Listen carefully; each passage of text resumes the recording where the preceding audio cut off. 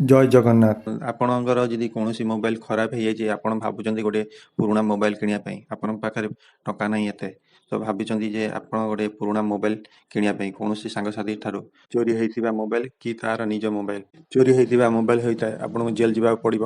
ଆପଣ ଥରେ ନିଶ୍ଚିତ এই ଭିଡ଼ିଓଟିକୁ ଦେଖନ୍ତୁ। ଦେଖି ସାରିଲା ପରେ ଆପଣ ଜାଣିପାରିବେ ଯେ ଆପଣଙ୍କର ସେଇ ମୋବାଇଲଟା ଚୋରି କିରି ନିଜ ମୋବାଇଲ। ଚାଲନ୍ତୁ କଲ୍ ଡାଏଲକୁ ଯିବା। ସେଠାରେ ପ୍ରଥମେ ଆମେ *#06# ମାରିଲା ମାନେ IMEI ନମ୍ବରଟି ମୋବାଇଲରେ ଆସିଯିବ। ସେଇ ନମ୍ବରଟା ଆମେ କପି କରିବା। ସେଇ ନମ୍ବର କପି କରିସାରିଲା ପରେ ମେସେଜ ବକ୍ସକୁ ଯିବା।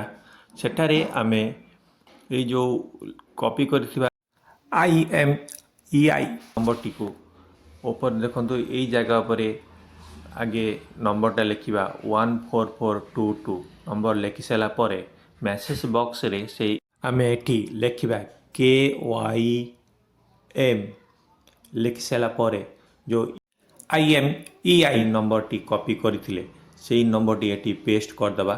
କଲା ପରେ ଆପଣ ଯେଉଁ ନମ୍ବରଟି ପେଷ୍ଟ କଲେ, ଯେଉଁ ନମ୍ବରଟି ଆପଣଙ୍କର ଚାଲୁଥିବ ସେଇ ନମ୍ବରଟି ଦ୍ୱାରା ଆପଣ ମେସେଜ କରିବେ।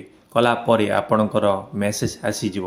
ଯଦି ସେ ମୋବାଇଲଟି ଚୋରି ହୋଇଥିବ, ଆପଣଙ୍କୁ ମେସେଜରେ ଆସିଯାଇଥିବ ସମ୍ପୂର୍ଣ୍ଣ ଭାବେ ଆପଣଙ୍କର ଚୋରି ହୋଇଥିବା ମୋବାଇଲଟିର ଡିଟେଲ ଆସିଯିବ।